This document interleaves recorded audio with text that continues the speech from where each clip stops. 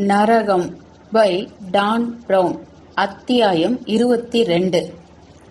அந்த வேனில் இருந்த வெள்ளி நிற கேசம் கொண்ட பெண் தோட்டா துளைக்காத ஜன்னலில் தன் தலையை சாய்த்து கண்களை மூடியபடி அமர்ந்திருந்தாள். தனக்கு பின்னால் இருக்கும் உலகம் சுழன்று கொண்டிருப்பதை போல் உணர்ந்தாள். அவளுக்கு தரப்பட்டிருந்த மருந்துகள் அவளை பலவீனப்படுத்தியிருந்தன. எனக்கு மருத்துவ சிகிச்சை வேண்டும், அவள் நினைத்து கொண்டாள். ஆனால் இன்னும் சொல்ல போனால் அவளுக்கு அருகாமையில் ஆயுதம் ஏந்திருந்த காவலாளிக்கு உறுதியான உத்தரவுகள் தரப்பட்டிருந்தன. அவர்களுடைய வேலை வெற்றிகரமாக நிறைவேறும் வரையில் அவளுடைய தேவைகள் எதையும் பொருட்படுத்தக்கூடாது. அவளை சுற்றிலும் கேட்ட சத்தங்களின் ரிங்காரத்தினால் அதற்கெல்லாம் இப்பொழுது நேரமில்லை என்பது தெளிவாகவே தெரிந்தது. மயக்க உணர்வு தற்போது அதிகரித்து கொண்டே வந்தது. அவளுக்கு மூச்சு விடுவதில் சிரமம் ஏற்பட்டது. புதிதாக தோன்றிய குமட்டல் உணர்வுடன் போராடி கொண்டிருக்கையில் வாழ்க்கை தன்னை எப்படி இந்த கனவு போன்ற குறுக்கு பாதைகளில் கொண்டு வந்து சேர்த்திருக்கிறது என்பதை நினைத்து அவள் ஆச்சரியப்பட்டாள். அவளுடைய தற்போதைய மிகை பரவசமான நிலையிலிருந்து வெளியே கொண்டு வருவதற்கான விடை மிகவும் சிக்கலானதுதான். ஆனால் இவையெல்லாம் எங்கிருந்து தொடங்கியது என்பதில் அவளுக்கு எந்த சந்தேகமும் இல்லை. நியூயார்க் 2 வருடங்களுக்கு முன்பு. அவள் மன்ஹாட்டனில் இருந்து ஜெனீவாவிற்கு பறந்து கொண்டிருந்தாள். அங்குதான் அதிகம் விரும்பப்படுகின்ற மிகுந்த கௌரவமிக்க பதவியான உலக சுகாதார நிறுவனத்தின் இயக்குனராக கடந்த 4 வருடங்களாக அவள் பதவி வகித்து வருகிறாள். தொற்று நோய் மற்றும் கொள்ளை நோய்களில் நிபுணத்துவம் பெற்றவளான அவளை 3ஆம் உலக நாடுகளில் அச்சுறுத்தல் ஏற்படுத்தி கொண்டிருக்கும் பரவலான நோய் குறித்து ஆராயும் வகையிலான விரிவுரை ஆற்றுவதற்கு ஐநாவால் அழைக்கப்பட்டிருந்தாள்.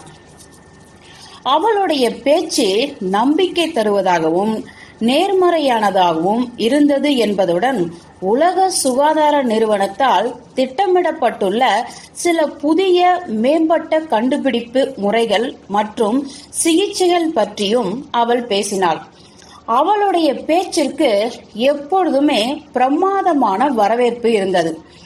அந்த விரிவுரையை தொடர்ந்து கூடத்தில் அமர்ந்திருந்த சில கல்வியாளர்களுடன் பேசிக் கொண்டிருக்கையில் உயர்மட்ட தூதரக பேட்ஜ் அணிந்திருந்த ஒரு ஐநா ஊழியர் அந்த உரையாடலில் குறுக்கிட்டார்.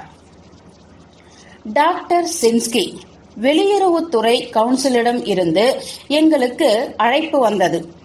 அங்கிருக்கும் ஒருவர் உங்களுடன் பேச விரும்புகிறார். ஒரு கார் வெளியே காத்திருக்கிறது. குழப்பமும் ஆச்சரியமும் அடைந்த டாக்டர் எலிசபெத் சின்ஸ்கி அவர்களிடம் இருந்து விடை பெற்று தன்னுடைய இரவு நேர பையை எடுத்துக்கொண்டாள். அவளுடைய லீமோ கார் 1வது அவென்யூவிற்கு வந்தபோது அவளுக்கு விசித்திரமான முறையில் படபடத்தது. வெளியுறவுத்துறை கவுன்சிலரா?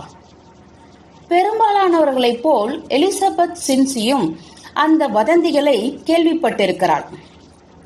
1920களில் நிறுவப்பட்ட தனி சிந்தனை அமைப்பான அந்த CFR ஒவ்வொரு தலைமைச் செயலகத்தையும் உறுப்பினராக கொண்டிருந்தது.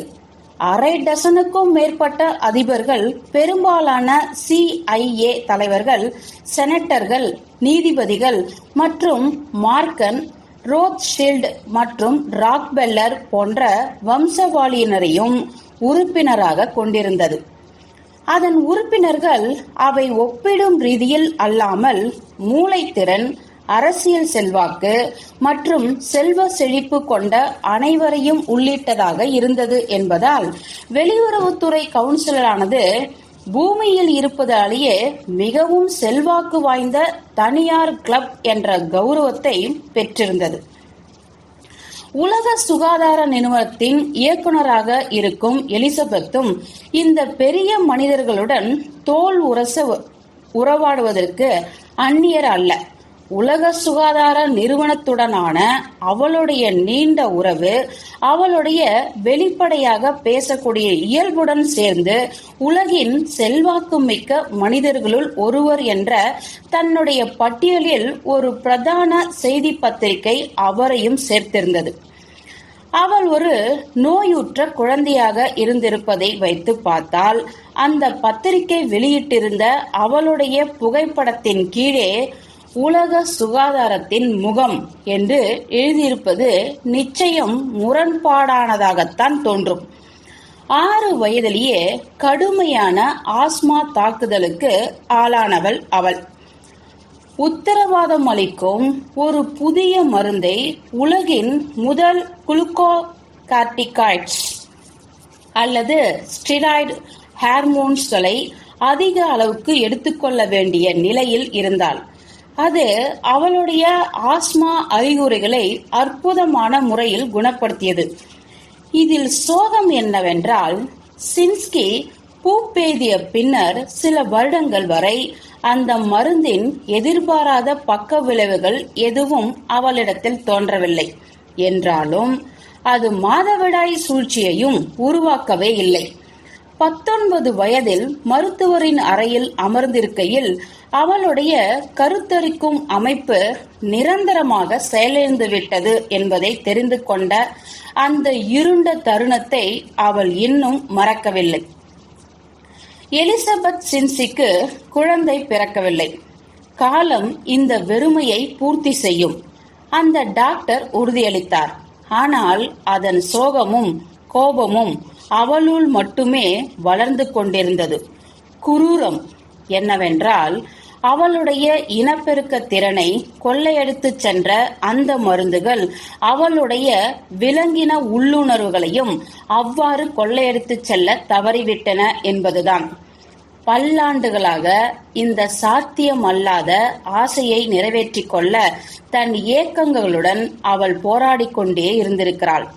இப்பொழுது 61வது வயதிலும் கூட ஒரு தாயையும் அவளுடைய பிஞ்சு குழந்தையும் பார்த்துவிட்டால் அந்த வெறுமையானது ஏதோ ஒரு கூர்முனை தன்னை குத்துவதை போல் உணர்வாள். அது இதோ இருக்கிறது, டாக்டர் சின்ஸ்கி லிமோ டிரைவர் அறிவித்தான். எலிசபெத் தன்னுடைய நீளமான வெள்ளி நிற கொண்டையை சரி செய்து கொண்டு கண்ணாடியில் முகத்தை பார்த்தாள். காரிலிருந்து அவள் இறங்குகையில் மன்ஹாட்டனிலேயே மிகவும் செழிப்பாக காணப்பட்ட அந்த பகுதியின் பக்கவாட்டில் செல்ல டிரைவர் அவளுக்கு உதவினான். நான் இங்கேயே காத்திருக்கிறேன் என்றான் டிரைவர். நீங்கள் தயாரானதும் நாம் நேரடியாக விமான நிலையத்திற்கு சென்றுவிடலாம். வெளியுறவுத்துறை கவுன்சிலின் நியூயார்க் தலைமையகமானது அந்த பார்க்கின் 68வது அமைந்துள்ள சுவாரஸ்யமல்லாத நியோ கிளாசிக்கல் கட்டிடம். அது ஒரு காலத்தில் ஸ்டென்டார்ட் ஆயில் ஜாம்பவானின் வீடாகவும் இருந்து வந்திருக்கிறது. அதன் வெளிப்புறமானது மென்மையாக பூசப்பட்டு சுற்றிலும் நேர்த்தியான நில அமைப்புடன் அமைந்திருப்பதுடன் அந்த அமைப்பின் பிரத்யேக நோக்கம் குறித்த எந்த தடயமும் அதில் காணப்படாது. டாக்டர் சின்ஸ்கி ஒரு கனிவான பெண் வரவேற்பாளர் அவளை வரவேற்றாள். இந்த வழியாக செல்லுங்கள் பிளீஸ், அவர் உங்களை எதிர்பார்த்திருக்கிறார். சரி, ஆனால் யார் அவர்? மூடப்பட்டிருந்த ஒரு அறையை நோக்கி ஆடம்பரமான நடைபாதை வழியாக அவள் வரவேற்பாளரை பின்தொடர்ந்து சென்றாள். கதவை திறப்பதற்கு முன்னர் மெதுவாக அதை தட்டிய பின் எலிசபெத் உள்ளே செல்வதற்கு வழிகாட்டினாள். அவள் உள்ளே சென்றதும் பின்னால் இருந்த கதவு மூடப்பட்டது. அந்த சிறிய இருளடர்ந்த சந்திப்பு அறை வீடியோ திரையின் மினுமினுப்பில் மட்டுமே ஒளி பெற்றிருந்தது. அவர்களுக்கு முன்னால் இருந்த திரையில் மிகவும் உயரமாக நிழல் ஒளியில் ஒரு உருவம் அவளை பார்த்தபடியே இருந்தது. அந்த முகம் அவளுக்கு தெரியாவிட்டாலும் அவ்விடத்தில் இருந்த அதிகாரத்தை அவள் உணர்ந்தாள். டாக்டர் சின்ஸ்கி என்றது அந்த மனிதரின் கூர்மையான குரல். என்னுடன் சேர்ந்து கொண்டமைக்கு நன்றி. அவரின் அழுத்தமான துல்லிய உச்சரிப்பு அவருக்கு எலிசபெத்தின் சொந்த ஊரான சுவிட்சர்லாந்து என்றது. ஆனால் அது ஜெர்மனியாகவும் இருக்கலாம். உட்காருங்கள் என்ற அவர் அங்கிருந்த நாற்காலியை கை காட்டினார். அறிமுகங்கள் கிடையாதா? எலிசபெத் அமர்ந்தாள். அந்த வீடியோ திரையில் காட்டப்பட்டு கொண்டிருந்த விசித்திரமான ஓவியம் அவளுடைய படபடப்பை அமைதிப்படுத்தவில்லை. என்ன உலகம் இது! இன்று காலை நான் உங்கள் விரிவுரையை கேட்க வந்திருந்தேன் என்றது அந்த நிழலொளி. உங்கள் பேச்சை கேட்க நான் வெகு தொலைவில் இருந்து வந்திருக்கிறேன். மிகவும் பிரமாதமான பேச்சு. நன்றி என்றாள் அவள். நான் நினைத்ததை விட நீங்கள் மிகவும் அழகாகவே இருக்கிறீர்கள் என்பதையும் நான் சொல்லியாக வேண்டியிருக்கிறது. உங்களுடைய வயது மற்றும் உலக சுகாதாரம் பற்றிய பார்வையை வைத்து பார்த்தாலும் கூட. தன்னுடைய தாடை கீழ் இறங்கியதை எலிசபெத் உணர்ந்தாள். அந்த கூற்று எல்லா வகையிலும் கண்டிக்கப்பட வேண்டிய ஒன்று. எக்ஸ்கியூஸ் மீ என்று கத்திய அவள் அந்த இருளையே உற்று பார்த்தாள். நீங்கள் யார்? என்னை எதற்காக இங்கே வரவழைத்திருக்கிறீர்கள்? மகிழ்ச்சி படுத்தப்பட்ட நான் செய்த முயற்சி தோற்றுவிட்டமைக்கு என்னை மன்னிக்க வேண்டுகிறேன் என்றது அந்த நெடுநெடுவென்றிருந்த நிழல்.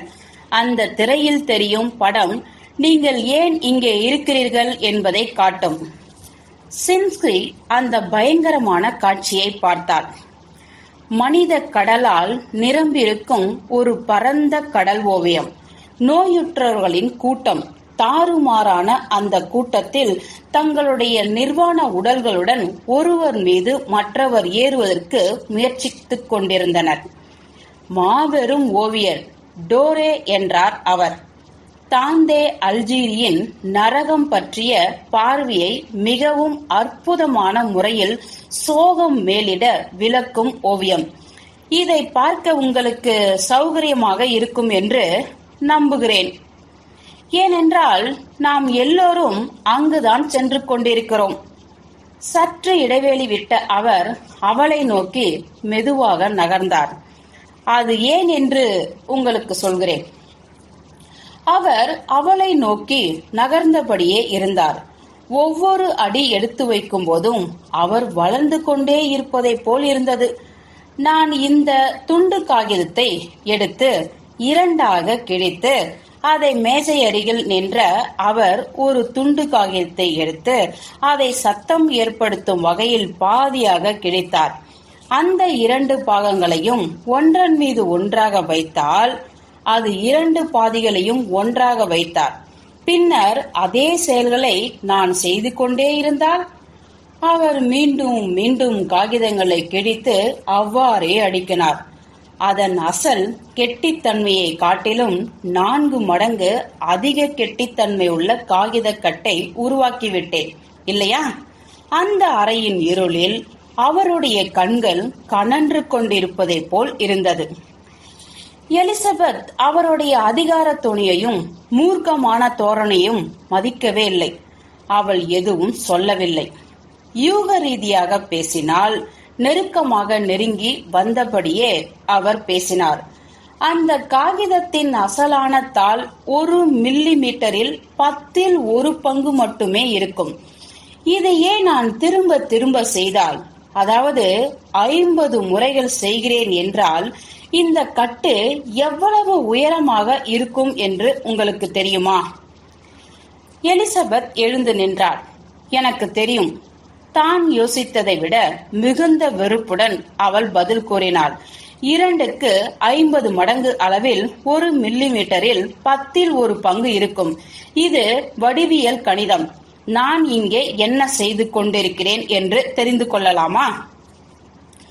திருப்தி உற்றவராக காணப்பட்ட அவர் அதை ஆமோதித்தார்.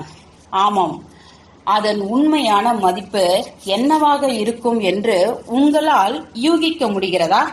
அது 2க்கு 50 மடங்கு அளவில் 1 மில்லி மீட்டரில் 10ல் 1 பங்குதானா? நம்முடைய இந்த காகித கட்டு எவ்வளவு உயரமாக இருக்கும் என்று உங்களுக்கு தெரியுமா?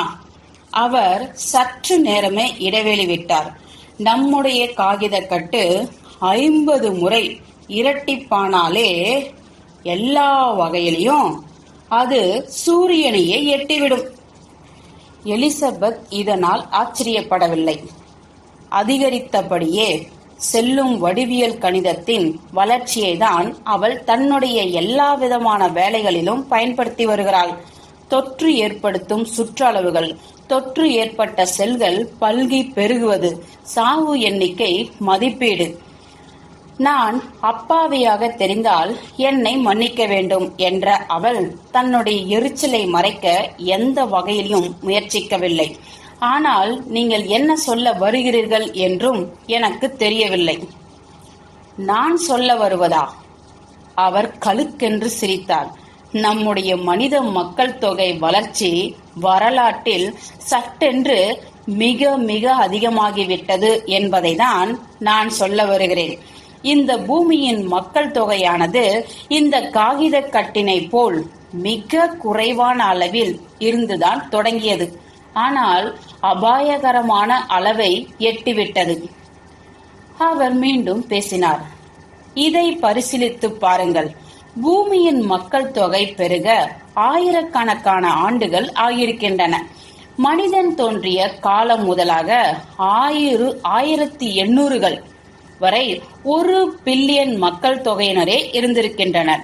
பின்னர் அதிசயத்தக்க வகையில் 1920களில் இது 2 மடங்காக, அதாவது 2 பில்லியனாக அதிகரித்துவிட்டது. அதன் பின்னர் அடுத்து வந்த 50 வருடங்களில் மக்கள் தொகை பெருக்கம் இரட்டித்து 1970களில் 4 பில்லியன் வந்துவிட்டது. அது இரட்டித்து விரைவில் 8 பில்லியன் எண்ணிக்கையை எட்டிவிடும் என்பதை உங்களால் கூட கற்பனை செய்து பார்க்க முடியும். இன்றைக்கு மட்டுமே மனித இனமானது இந்த பூமி கிரகத்தில் மற்றொரு 1/4 மில்லியன் மக்கள் தொகையினரை கூட்டியிருக்கிறது. 1/4 மில்லியன்.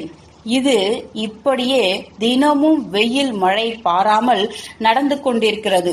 தற்பொழுது ஒவ்வொரு ஆண்டும் நாம் ஜெர்மனி அளவுக்குள்ள ஒரு நாட்டை இணைத்துக் கொண்டே இருக்கிறோம். அந்த உயர்ந்த மனிதர் சற்று இடைவேளை விட்டு எலிசபெத்திடம் குனிந்தார். உங்களுக்கு என்ன வயதாகிறது? மற்றொரு கண்டனத்துக்குரிய கேள்வி. அவள் உலக சுகாதார நிறுவனத்தின் தலைவராக இருந்தாலும் இத்தகைய பிரச்சனையை எப்படி தீர்ப்பதென்று அவளுக்கு தெரியும். 61. உங்களுக்கு தெரியுமா, நீங்கள் இன்னும் 19 வருடங்கள் வாழ்ந்தால், அதாவது 80 வயது வரை, உங்களுடைய வாழ்நாளில் இது மக்கள் தொகை 3 மடங்கு பெருகியிருக்கும். ஒரே வாழ்நாள் 3 மடங்கு. அதன் தாக்கங்களை நினைத்து பாருங்கள். உங்களுக்கே தெரியும். உங்களுடைய உலக சுகாதார நிறுவனம் எந்த எண்ணிக்கையின் முன்னறிவிப்பு அளவை அதிகரித்திருக்கிறது. இந்த நூற்றாண்டின் மத்திய காலகட்டத்திற்கு முன்பாக பூமியில் 9 மில்லியன் மக்கள் இருப்பார்கள் என்று அது முன்னிறுத்தியிருக்கிறது. விலங்கினங்கள் யாவும் எதிர்பாராத அளவுக்கு துரித விகிதத்தில் அழிவின் விளிம்பை எட்டிவிடும். இயற்கை வளங்களை அழிக்க வேண்டிய தேவை ராக்கெட் வேகத்தில் உயரும். சுத்தமான நீர் என்பது அரிதிலும் அரிதாகிவிடும். எந்த ஒரு உயிரியல் அளவீட்டின்படியும் நம்முடைய உயிரினம் நம்மால் தாக்கு பிடிக்கக்கூடிய எண்ணிக்கையை விஞ்சிவிடும். இந்த பேரழிவிற்கு முன்பாக இந்த பூமியின் சுகாதாரத்தினுடைய வாயில் காப்போன் என்று சொல்லிக்கொள்ளும் உலக சுகாதார நிறுவனம் நீரிழிவு நோயை குணப்படுத்துதல், இரத்த வங்கிகளை நிரப்புதல், புற்றுநோயுடன் போராடுதல் போன்ற விஷயங்களில் முதலீடு செய்து வருகிறது. சற்று இடைவெளி விட்ட அவர் அவளையே உற்று நோக்கிறார்.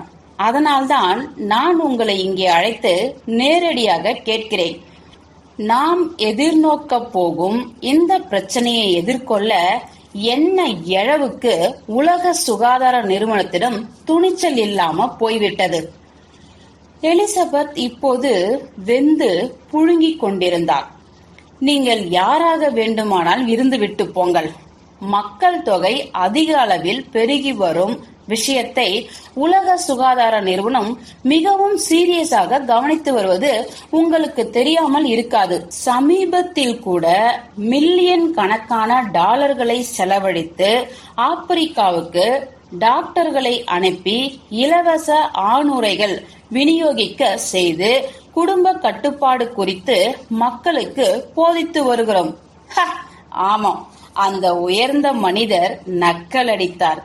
கத்தோலிக்க மிஷினர்களின் மிகப்பெரிய ராணுவம் உங்கள் பாதங்களின் கீழ் அணிவகுத்து சென்று ஆப்பிரிக்கர்களிடம் அவர்கள் ஆணுரைகளை பயன்படுத்தினால் அவர்கள் எல்லோருமே நரகத்திற்குத்தான் போவார்கள் என்று சொல்கிறது.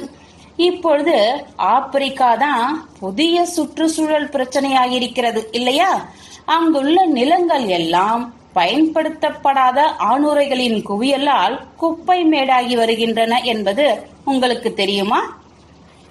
எலிசபெத் தன்னுடைய நாக்கை அடக்கிக் கொள்ள பெரும் பிரயத்தனம் செய்தாள்.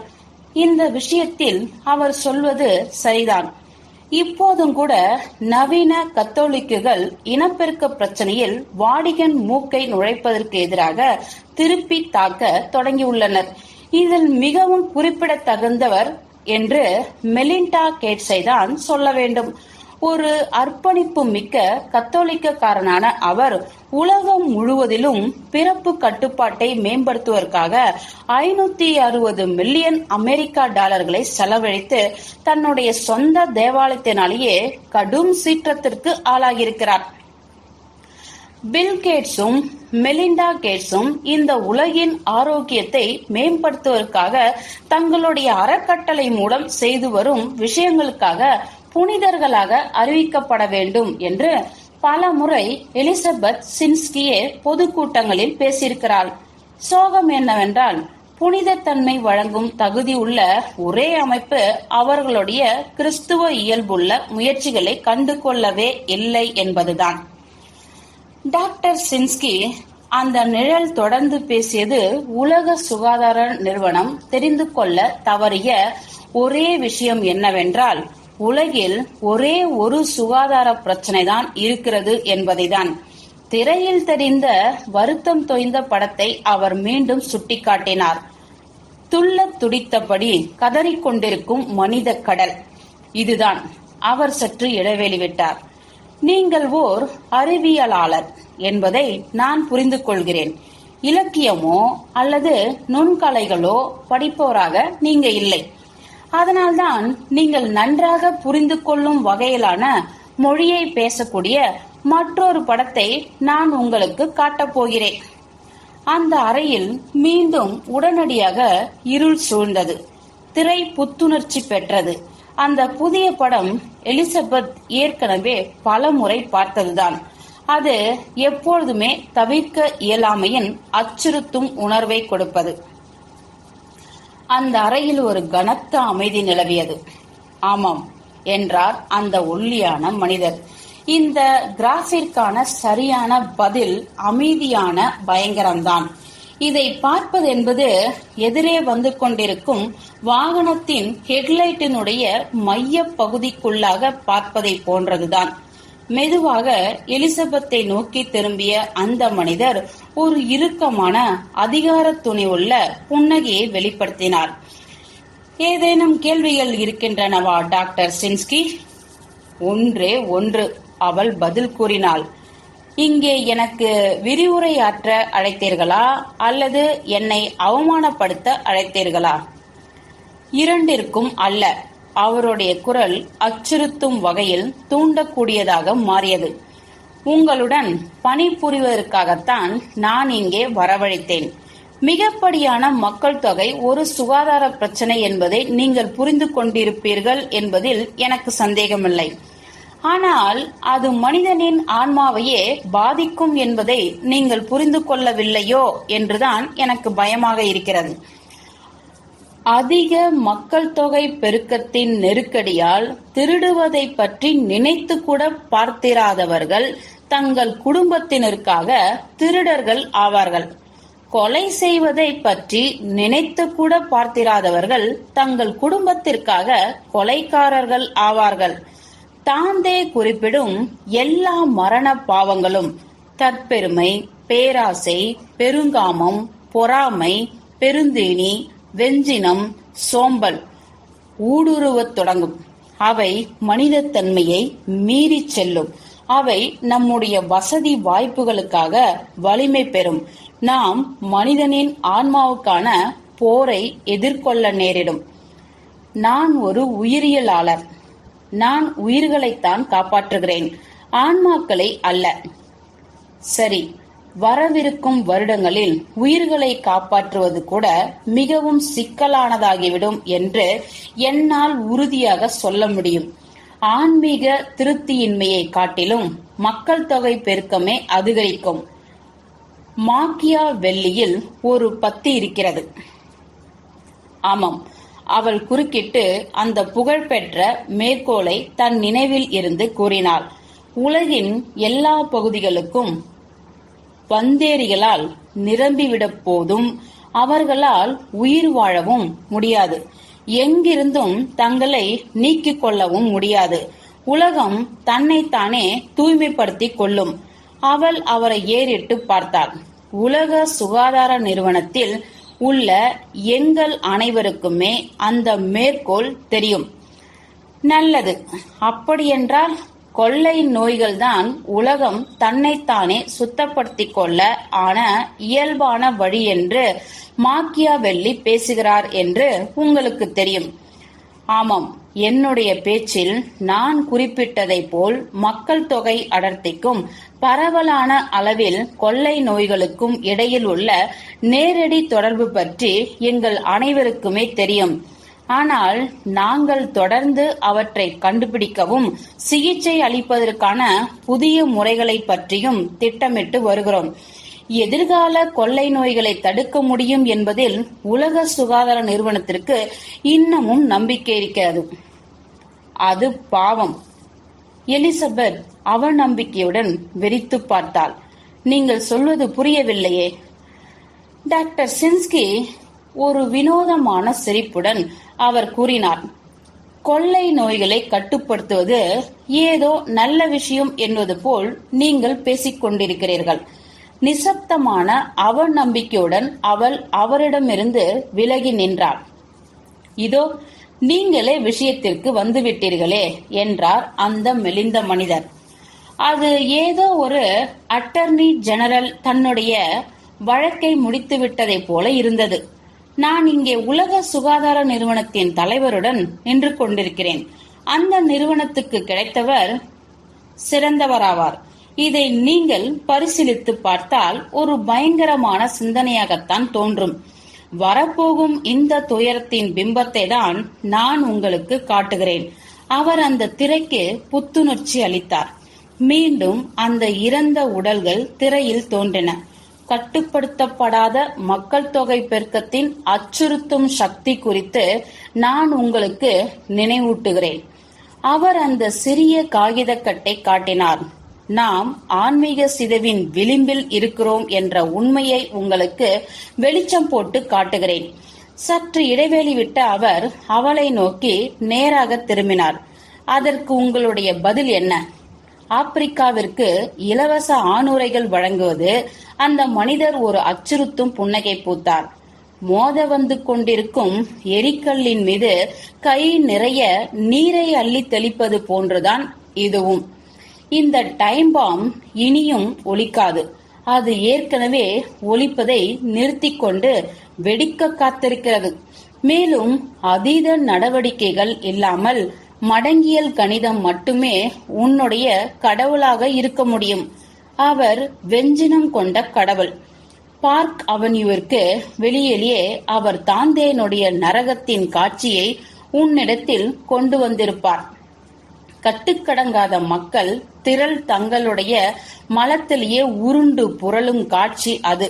உலகளவிய தேர்வை இயற்கை தனக்குத்தானே நிகழ்த்தி கொள்ளும். அப்படியா அது? எலிசபெத் குறுக்கிட்டார். அப்படியென்றால் சொல்லுங்கள். நீடித்த எதிர்காலம் குறித்த உங்கள் தொலைநோக்கில் அதுதான் பூமியின் உச்சபட்ச மக்கள் தொகையா? மனிதகுலம் நீடித்து நிலைத்திருக்கவும் வசதியாக வாழ்வதற்குமான உங்களுடைய எண்ணிக்கையின் அளவுதான் என்ன? அந்த உயரமான மனிதர் புன்னகைத்தார். அவர் அந்த கேள்வியை பாராட்டுகிறார் என்று தெரிந்தது. உலக மக்கள் தொகை 4 பில்லியனாக இருந்தால் மட்டுமே மனித குலத்தால் நீடித்து வாழ முடியும் என்பதை எந்த ஓர் சுற்றுச்சூழல் உயிரியலாளராலோ அல்லது புள்ளியியல் நிபுணராலோ சொல்லிவிட முடியும். 4 பில்லியனா? எலிசபெத் பின்வாங்கினாள். நாம் இப்பொழுதே 7 பில்லியன் இருக்கிறோமே, அதனால் அந்த விஷயத்திற்கு இது மிகவும் தாமதமாகிவிட்டதாகத்தான் அர்த்தம். அந்த உயர்ந்த மனிதனின் பச்சை நிற கண்கள் நெருப்பாய் பிரகாசித்தன. அப்படியா? நரகம்